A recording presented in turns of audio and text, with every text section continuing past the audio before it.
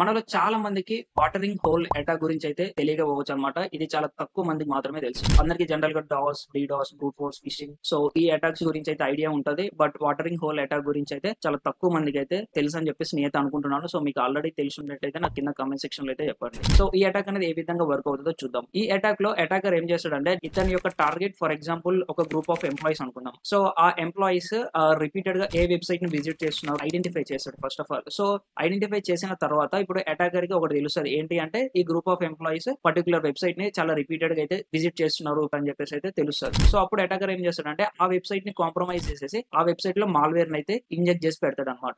So malware inject చేసిన తర్వాత మళ్ళీ ఈ గ్రూప్ ఆఫ్ ఎంప్లాయీస్ ఎప్పుడైతే ఆ వెబ్సైట్ ని విజిట్ చేస్తారో సో అప్పుడు ఈ ఎంప్లాయీస్ యొక్క సిస్టమ్స్ లోకి మొబైల్స్ లోకి ఆ మాల్వేర్ అనేది ఇన్స్టాల్ అయిపోతుంది. సో అప్పుడు అటాకర్ కి వాళ్ళ యొక్క డివైసెస్ యొక్క యాక్సెస్ అనేది వస్తుంది అనమాట. సో ఈ విధంగా మనకి ఈ వాటరింగ్ హోల్ అటాక్ అనేది వర్క్ అవుతుంది. So stay safe on internet.